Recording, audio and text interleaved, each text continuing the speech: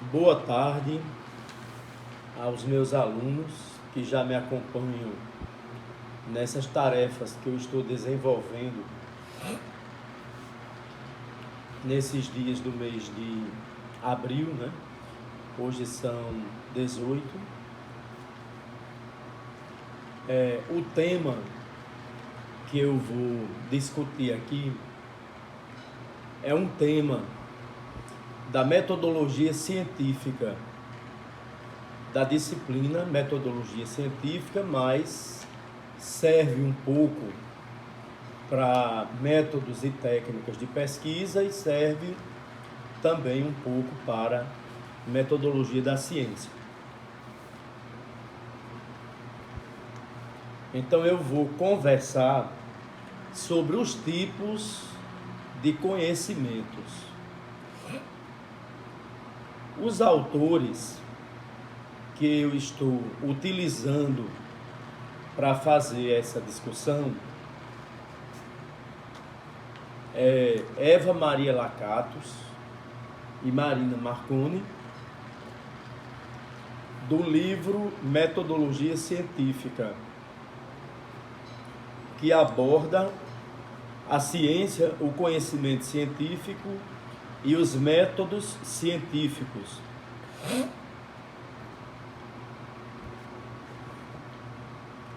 O segundo livro é um livro extremamente citado por todos os professores de metodologia, que é Alfonso Trujillo Ferrari, Metodologia da Ciência. É um professor da Pontifícia Universidade Católica de Campinas, São Paulo. Um livro extremamente citado por todos os professores e teóricos da metodologia. E um pouco de um livro que eu tenho uma admiração enorme, que é o Método Quarto, de Edgar Morin, que trata, não é, das ideias, sua natureza, a vida, e um pouco do livro de um autor também europeu, que é Max Weber, Economia e Sociedade, e também Ciência como Vocação, do Weber, e o livro de História da Arte, de Gombrich. Então, esses livros deram o suporte teórico metodológico para essa conversação aqui, essa conversa. Quando nós falamos nos tipos de conhecimento, os tipos de conhecimento são o conhecimento popular, o conhecimento científico, o conhecimento filosófico, né? O conhecimento teológico ou religioso. E eu acrescento aqui o conhecimento mítico, a psicanálise e a arte. Então, se me perguntar, se os alunos disserem, Luiz, o que é o conhecimento científico? Não é? O conhecimento científico, ele é um conhecimento que exige toda uma sistematização racional de ideias, né? Esse conhecimento exige também a investigação, a elaboração de trabalhos metodológicos, né? E fazendo um resumo, a professora Eva Maria Lakatos, ela diz que o conhecimento científico, ele tem características. Então, quais são as características, né, do conhecimento científico? Eva Maria Lakatos, ela sintetiza desse modo: o conhecimento científico é real, factual, porque lida com ocorrências ou fatos, isto é, com toda forma de existência que se manifesta de algum modo, constitui um conhecimento contingente, pois suas proposições ou hipóteses têm a sua veracidade ou falsidade conhecida através da experimentação e não apenas pela razão, como ocorre na filosofia. O conhecimento científico é sistemático, já que se trata de um saber ordenado logicamente, formando um sistema de ideias, de teorias. É verificável a tal ponto que as afirmações, as hipóteses, têm que ser comprovadas, constituindo um conhecimento falível em virtude de não ser definitivo, absoluto ou final, e é aproximadamente exato, porque novas proposições e o desenvolvimento de técnicas pode reformular o acervo da teoria existente. O professor Trujillo, em Metodologia da Ciência, diz que o conhecimento científico é empírico, factual, analítico,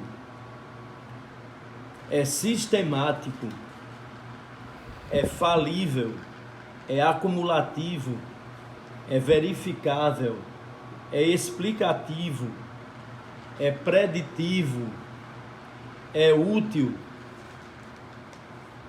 Desse modo,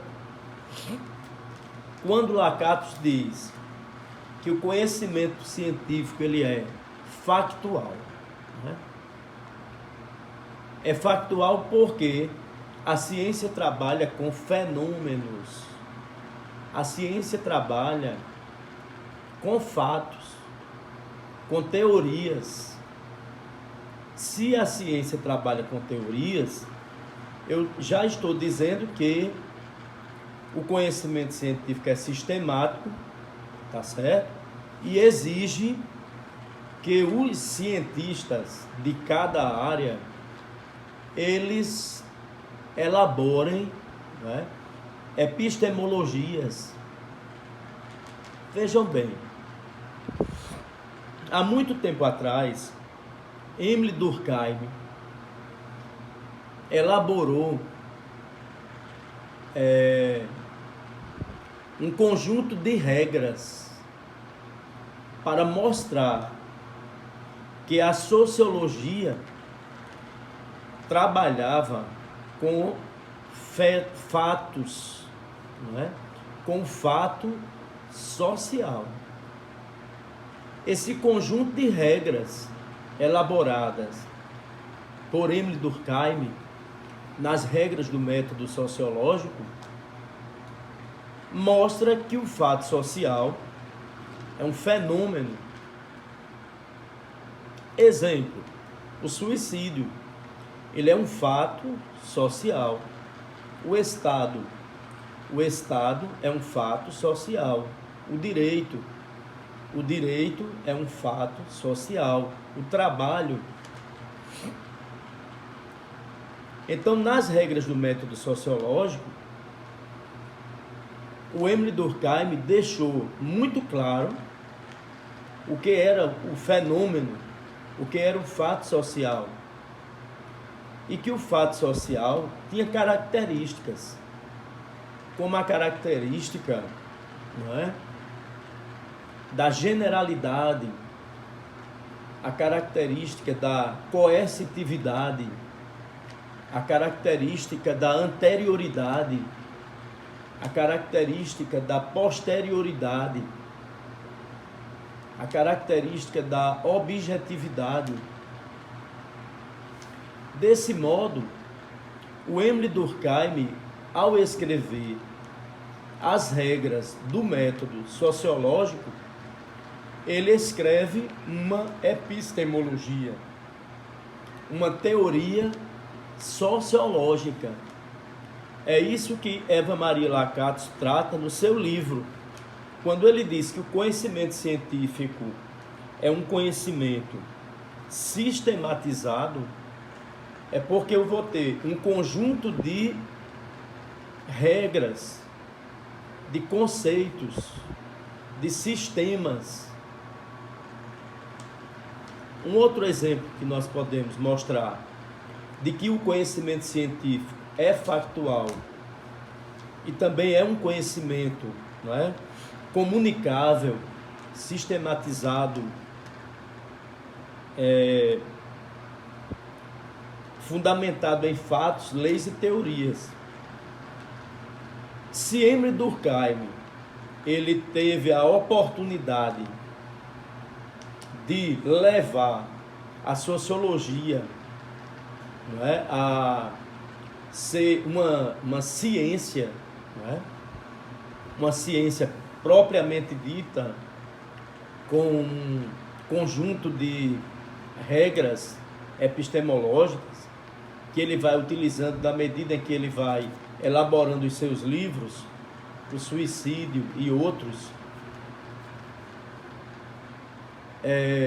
Hans Kelsen, ao escrever a Teoria Pura do Direito, ele também escreveu uma metodologia, um método de abordagem e de procedimento para tornar o direito científico, para tornar o direito, né, uma ciência com método próprio. A mesma coisa fez há muito tempo atrás Adam Smith, quando escreveu A Riqueza das Nações. A Riqueza das Nações é um conjunto de regras, é um conjunto de procedimentos para explicar o que é o fato econômico, né? Para explicar o que é trabalho, o que é a divisão do trabalho, o que é moeda. Então, desse modo, o conhecimento científico, ele é um conhecimento comunicável, né? Porque ele vai ser informado a todas as pessoas através das revistas científicas, através da publicação de periódicos, né? E o conhecimento científico, ele é também analítico. Ele analisa categorias. Eu vou mostrar para vocês o exemplo de Max Weber. Max Weber elabora um método para o estudo da sociologia e da economia. É o método denominado de tipos ideais. Então, os tipos ideais são abstrações elaboradas pelo pensador no momento em que ele quer investigar determinada categoria de análise. No livro Economia e Sociedade, Max Weber ele vai mostrar um estudo de tipos ideais quando ele discute o que é o poder no sentido da dominação.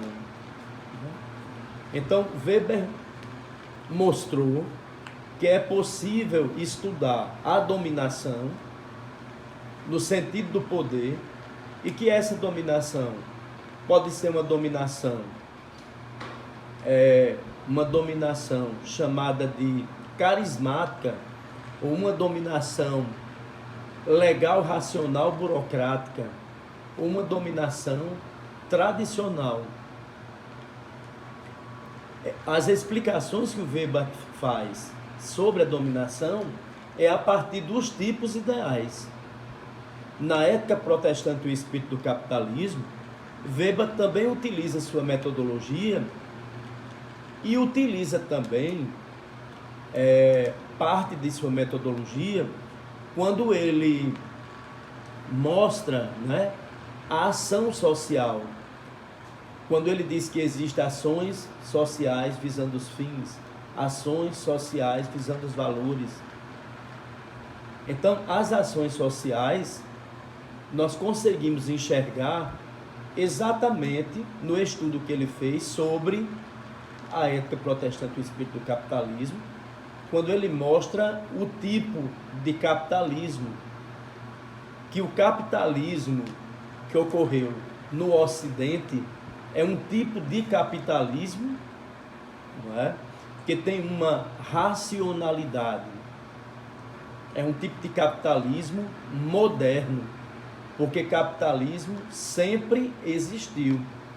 Mas o capitalismo com essa racionalidade de trabalho, vocação, especialização, só vai existir aonde o ethos protestante, né, foi também efetivado. Portanto,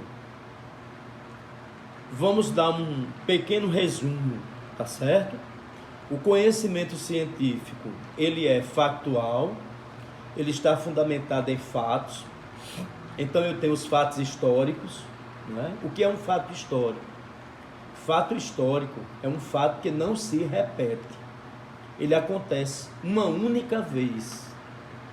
Exemplo, foi Maria Leopoldina Josefa Carolina de Habsburgo-Lorraine da Áustria que assinou o decreto separando o Brasil de Portugal. Foi a princesa regente Isabel de Orleans e Bragança que assina um decreto libertando os escravos no Brasil.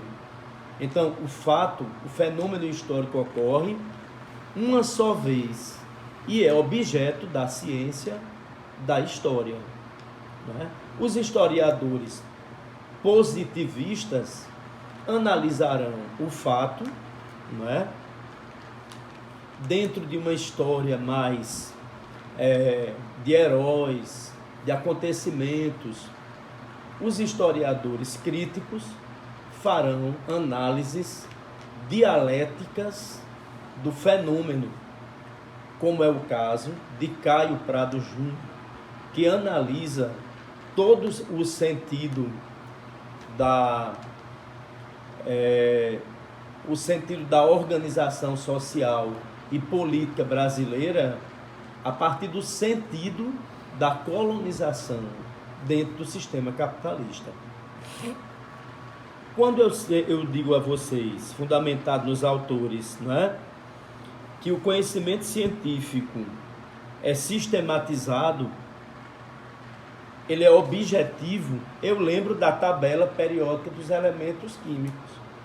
A tabela periódica dos elementos químicos é uma sistematização de átomos através do número quântico, através das famílias, né?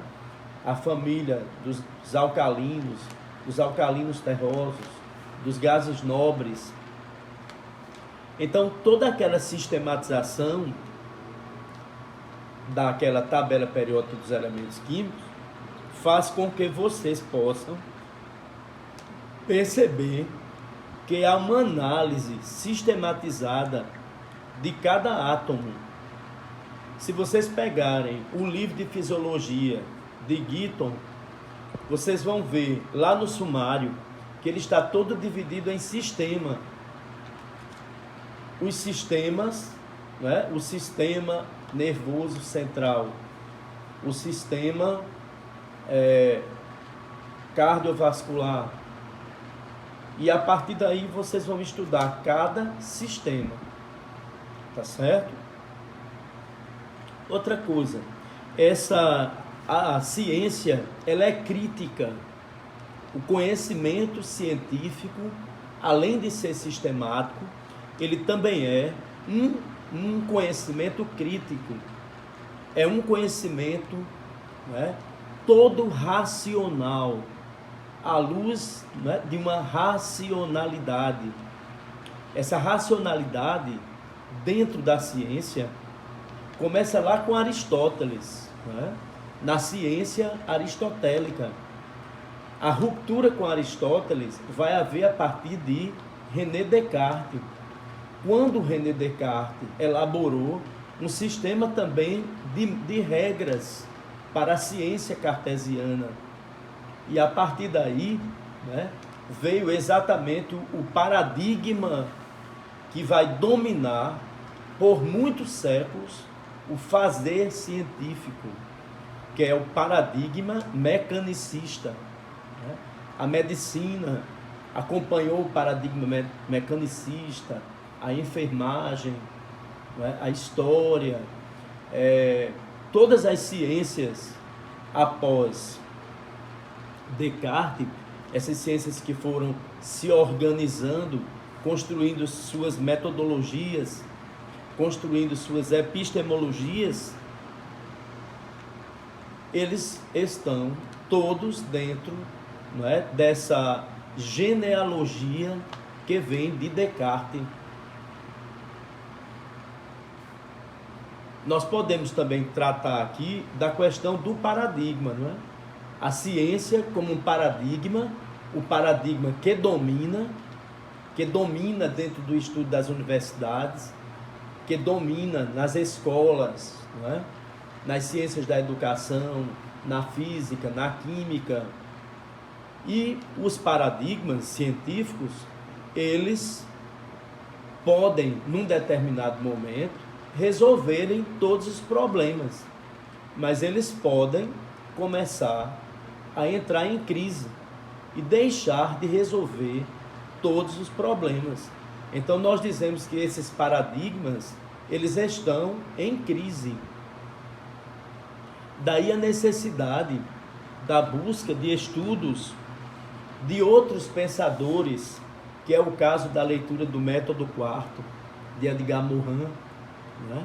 A leitura do Edgar Morin é no sentido de que a ciência não pode ser só explicada do ponto de vista de uma única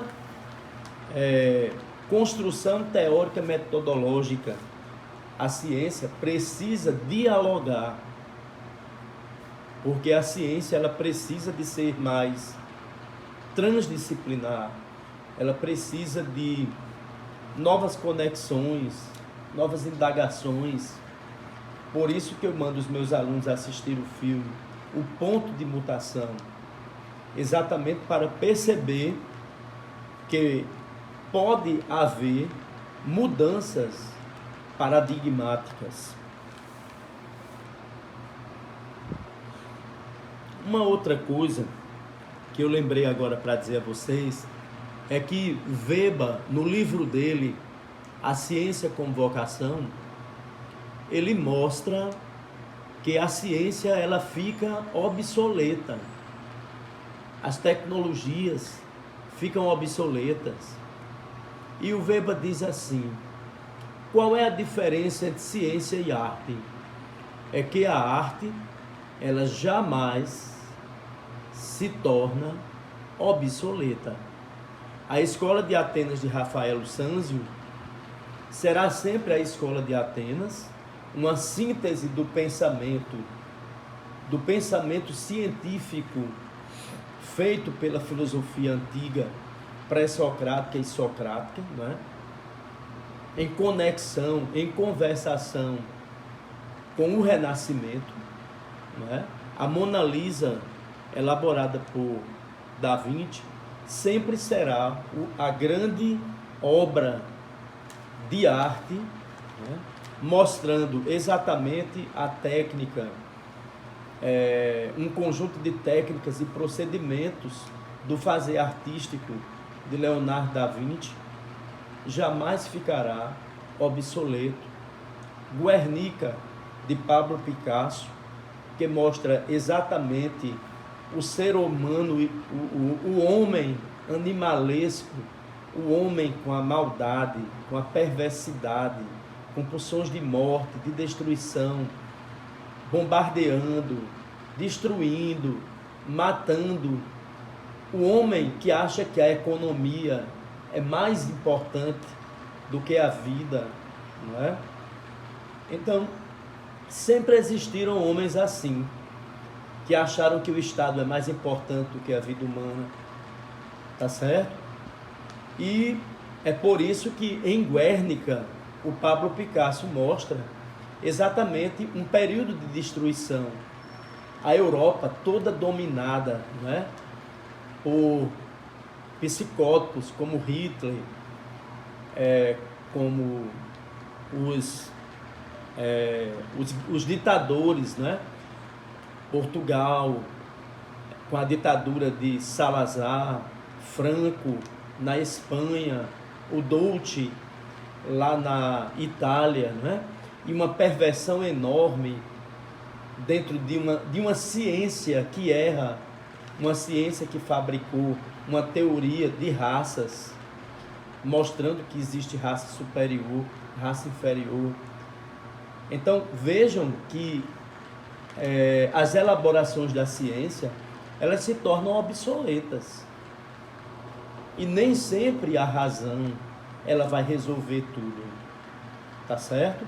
E a mesma razão que domina a natureza é a mesma razão que esquece que o homem também é a natureza. Então é importante não só aprender decoradinho, né? Que o conhecimento científico é factual, o conhecimento científico é verificável, o conhecimento científico é racional, o conhecimento científico necessita de hipóteses, necessita de variáveis, variável ordinal, variável antecedente. O conhecimento científico é contingente, aproximadamente exato. Nós temos que pensar também esse avanço da ciência dentro do sistema capitalista. A quem serve também a ciência? Como essa ciência está sendo elaborada nas universidades? Precisamos também mostrar, né, que a própria profissão de cientista, que Weber trata da profissão do cientista no livro dele, A Ciência como Vocação, ele vai mostrar a profissão do cientista, do professor doutor, do aristocrata de espírito, que tinha em suas mãos os instrumentos de produção, na Alemanha, extremamente respeitado. Ele vai mostrar que no sistema capitalista, principalmente nos Estados Unidos, né, essa vocação docente já não existe. Os professores são horistas, não são mais proprietários dos instrumentos de trabalho, né? Cada vez mais vão ficando temporários, né? Vão sendo contratados por períodos. Pessoal, agora vamos conversar sobre o conhecimento filosófico, tá certo? Os dois autores, tanto Trujillo como Eva Maria Lacato, eles vão dizer que o conhecimento filosófico é um conhecimento também racional, tá certo? E que esse modelo de racionalismo, né, ele começa a partir do momento em que os sistemas filosóficos são elaborados com Platão e Aristóteles, né? Antes de Platão, a ciência foi organizada de modo muito livre e havia uma pulsão investigativa no conjunto de pensadores do período naturalista, do período pré-socrático, né, que nós chamamos de pensadores do período pré-socrático. Parmênides, Heráclito, Leucipo, Demócrito, e cada um desses pensadores procuraram, não é, explicar a origem da natureza, o início de tudo, não é? Então, com a chegada de Sócrates, não é, há exatamente uma mudança, porque a forma de pensar perdeu duas coisas importantes, que era razão e desrazão, e segue somente o modelo racionalista, não é? Então, a filosofia, ela é uma filosofia, ela é um conhecimento não verificável. As teses da filosofia, elas não necessitam de laboratório, porque as teses, elas vêm da experiência. Na ciência, existe a experimentação. Na filosofia, é a experiência.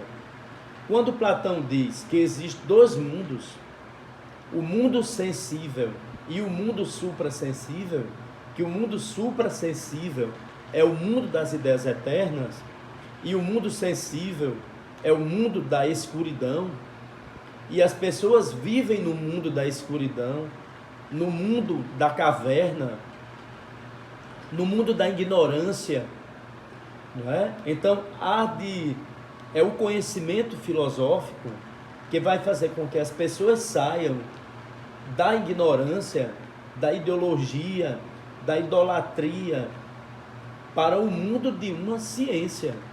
A promessa da filosofia é o iluminismo, é o início do iluminismo, tá certo?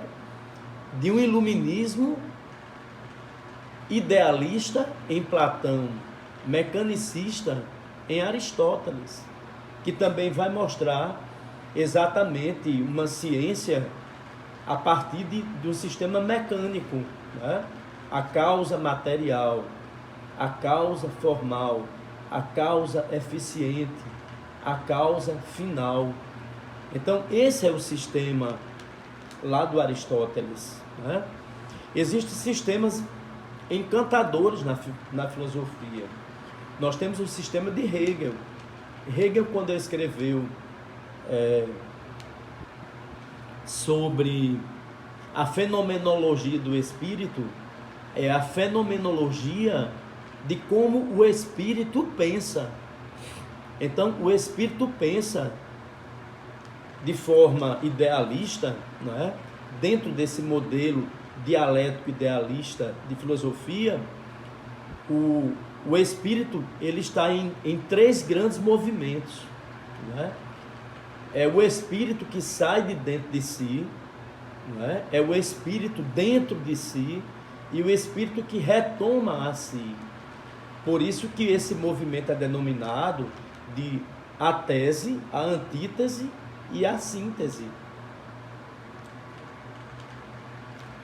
Vamos examinar as características do conhecimento filosófico para Eva Maria Lakatos.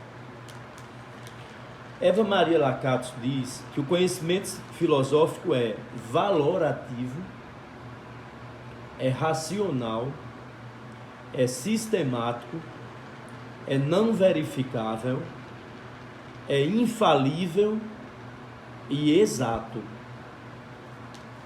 Então, as teses da filosofia são exatas, não necessitam de serem submetidas ao laboratório, porque vem da experiência, né?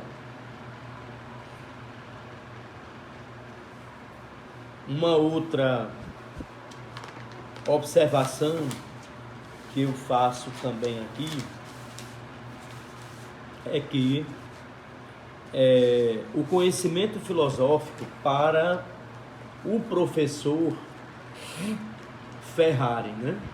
Trujillo Ferrari, ele sintetiza dizendo assim: em filosofia é permitido e usual colocar antecipadamente hipóteses que não podem ser submetidas ao crucial teste da observação. As hipóteses filosóficas baseiam-se na experiência. Portanto, esse conhecimento emerge da experiência e não da experimentação.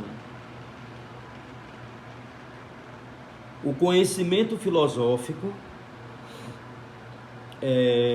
também, as hipóteses baseiam-se na experiência, portanto, a verificação dos enunciados filosóficos, eles não são confirmados nem refutados, o que não ocorre com as hipóteses dentro do campo da ciência. O conhecimento filosófico para Eva Maria Lakatos é caracterizado pelo esforço da razão pura para questionar os problemas humanos e poder discernir entre o certo e o errado. Assim, se o conhecimento científico abrange os fatos concretos, positivos e fenômenos perceptíveis pelos sentidos, através de instrumentos, de métodos e de técnicas de observação, o objeto da análise da filosofia são as ideias, exigindo lógica. O método empregado pela filosofia é o método racional, no qual prevalece o processo dedutivo, que antecede a experiência e não exige confirmação experimental.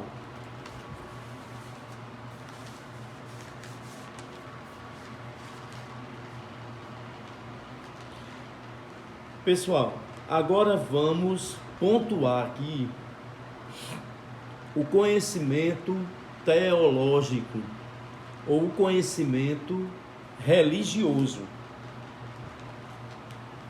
Quais são as características colocadas tanto por Eva Maria Lakatos como pelo professor Alfonso Trujillo Ferrari? Eles referenciam que o conhecimento religioso ou teológico, ele é valorativo. Cada um, valora aquilo que acredita em matéria de fé. Ele é inspiracional. A inspiração pode ser divina. A inspiração pode ser através de sonho, Ele é também um conhecimento sistematizado. O conhecimento religioso, ele também é sistematizado. Se vocês fizerem uma leitura da Bíblia, se vocês fizerem uma leitura do Alcorão, se vocês fizerem uma leitura do Evangelho segundo o Espiritismo, vocês vão ver toda uma sistematização, tá certo? Então, na Bíblia, vocês vão encontrar o Antigo Testamento, o Novo Testamento, os profetas. Vocês encontrarão também, tá certo? Os versículos. Então, tudo aquilo está profundamente sistematizado, pensado por categorias. Só que essas categorias vêm da inspiração. O conhecimento teológico também não precisa ser provado em laboratório, não é? Ele já nasce exato e ele é um conhecimento dogmático. Então, os dogmas, não é? As teses que são colocadas na doutrina, cada religião tem a sua doutrina e tem também o seu conjunto de dogmas, né? Além de ser inspiracional, além de ser exato, né? Então, o dogma de que Nossa Senhora, ela sobe ao céu, tá certo? Isso é um dogma da igreja, que Maria Santíssima subiu ao céu. O dogma da transubstanciação é o dogma de que, quando os padres estão celebrando a missa, na hora que eles, né, levantam a hóstia naquele momento se torna, né, como se fosse o corpo de Cristo, e o vinho se torna o sangue de Cristo, em memória, né? Então, esses acontecimentos não precisam serem comprovados, discutidos. Esses acontecimentos, eles têm um valor, não é? Ele é valorado por quem tem a fé, quem acredita. Então, no conhecimento religioso, não é? Ele tem um apoio nas doutrinas sagradas. Cada religião tem o seu conjunto de doutrinas que são reveladas ou pelo sobrenatural, não é? Ou são inspiracionais. Então, se são inspiracionais, são infalíveis, não precisam ser discutidas, tá certo? Você acredita, tem fé, e o dogma se torna carne, não é? Não precisa também algo que é obra do Criador Divino ser verificado em laboratório, ou verificado por uma racionalidade, né? Uma racionalidade filosófica científica, apesar de que na Idade Média o conhecimento religioso e o conhecimento filosófico estavam juntos, né? A patrística, que era a filosofia dos padres da igreja, se fundamentava em Platão, e a escolástica, que era a filosofia das catedrais, das escolas das catedrais, que é o início das universidades, se sustentavam em Aristóteles. Então, a Idade Média conseguia, nessas duas escolas, tanto na patrística como na escolástica, não é? Fazer esse vínculo de fé e razão. Outra coisa que é importante para Ferrari, o conhecimento religioso implica na crença de que as verdades tratadas são infalíveis, indiscutíveis, por serem reveladas pelo sobrenatural. Exemplo, o aparecimento de Nossa Senhora. As vezes que Nossa Senhora apareceu, né, são revelações, anunciações, né, que ou você acredita ou não tem fé, tá certo? É um conhecimento sistemático do mundo como obra de um Criador divino e não são verificáveis. O crente, ele tem adesão a partir da emoção. Você tem que estar emocionado, você tem que ter fé. O conhecimento religioso se apoia na doutrina que contém proposições sagradas. O conhecimento sistemático religioso é produto de um Criador divino. O Alcorão, as tábuas da lei de Moisés, né, cujas evidências não são verificadas. Vamos agora discutir um pouco o conhecimento chamado de popular. O conhecimento popular é o conhecimento do senso comum. É o conhecimento, não é, que ele é superficial, não é? Mas ele é reflexivo e valorativo. Ele é um conhecimento inexato, não é? É falível e é verificado. Ele é verificável também. Porque ele é superficial. Porque eu me conformo com o que eu ouvi dizer. Eu me conformo com a aparência, não é? Com aquilo que eu comprovo simplesmente, não é? Porque alguém disse, eu senti, eu vi, me disseram, não é? Exemplo, alguém chegou para mim e disse, Luiz, eu vi Frei Damião andar fora do chão na procissão de Ceará Mirim e todo mundo viu, tá certo? Então, é algo do conhecimento popular.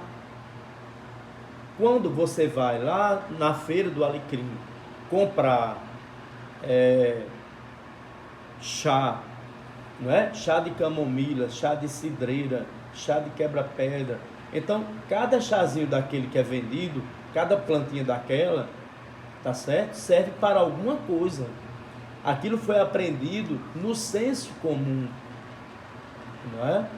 A parteira, aquela parteira do interior que fazia os partos, elas aprenderam a fazer parto de uma experiência de ver a outra pessoa fazer o parto, acompanhar, ver até onde podia, onde não podia elas paravam e procuravam apoio de outras pessoas. Ele também é sensitivo, é um conhecimento que vem das vivências, das emoções, da vida diária. E ele também é subjetivo, porque é todo fundamentado no ouvir dizer, tá certo? Mas o conhecimento popular, ele produz coisas muito interessantes. Músicas sobre o sertão, sobre o Nordeste, não é? Sobre os sofrimentos do nordestino, produz panfletos, né, que contam a história das experiências do povo do Nordeste, das secas, da escravidão. Então, o conhecimento popular, não é, é chamado também de senso comum. Ele é familiar à coisa e ao fato, né? Alguém que mora no interior, lá em Lages, sabe quando vai chover. Ele examina a natureza, não é? Com os olhos, o olhar dele percebe a experiência dele com a chuva, percebe quando o ano vai ser bom de chuva, quando não vai ser bom de chuva, não é? Ele examina o canto dos pássaros, a terra. Então, tudo isso vem, não é, do âmbito do exame da vida diária. Porque o homem percebe o dia a dia. E a partir da percepção do dia a dia, não é, ele vai dizendo, ensinando. Portanto, ele é um conhecimento falível e inexato, não é? Todo mundo medica para dor de cabeça. Quando a dor de cabeça, o remédio não é para dor de cabeça, ou quando a dor de cabeça não é porque você está cansado, é a pressão que está alta. Mas as pessoas continuam, não é, a ensinar como tomar remédios. Além do conhecimento popular, tá certo? Nós vamos aqui pontuar só o que disse o Weber com relação, não é, à arte e à ciência. Mais uma vez eu lembro que Weber foi muito importante quando escreveu A Ciência como Vocação, porque ele escreveu para mostrar, tá certo, que a carreira do cientista, a carreira do doutor, professor, não é, estava já ficando em decadência, e que essa carreira não era mais a carreira do aristocrata do espírito, proprietário da sua biblioteca, proprietário dos seus instrumentos de trabalho, tá certo? E por fim o Weber ainda traz uma consideração muito boa, mostrando que a arte é para sempre, ela não fica obsoleta. Um outro conhecimento, não é? Eu estou chamando conhecimento, mas na verdade nós vamos dizer que é uma outra margem, um outro lugar. É o nascimento da psicanálise por Sigmund Freud, que escreveu A Interpretação dos Sonhos, um livro epistemológico, um livro paradigmático que vem inaugurar, não é, uma nova abordagem de saber. Portanto, a psicanálise, ela é um saber, ela é o saber não sabido, ela é o saber do inconsciente. É a outra margem, porque vai mostrar que nós somos sujeitos do desejo. Com Descartes, nós éramos sujeitos da razão pensante. Freud veio mostrar essa outra margem, esse outro lugar, denominado por ele de inconsciente, não é? Então, qual é o objeto de estudo desse saber não sabido, dessa nova epistemologia inaugurada no livro A Interpretação dos Sonhos? O objeto é um outro, não é? Esse um outro lugar, com um outro método, não é? Com uma nova epistemologia, com uma nova prática. Vejam o que eu estou dizendo, que a psicanálise é um método, é uma prática, é um saber e é uma epistemologia. E esse método, o método de associação livre, é o método que Freud já utiliza na análise de Dora, né?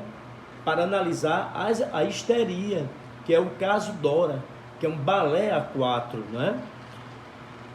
É o método que está no livro do André Green, quando ele escreveu Narcisismo de Vida, Narcisismo de Morte. É o método que está lá nos textos de Nasio, nas 7 lições de psicanálise, né?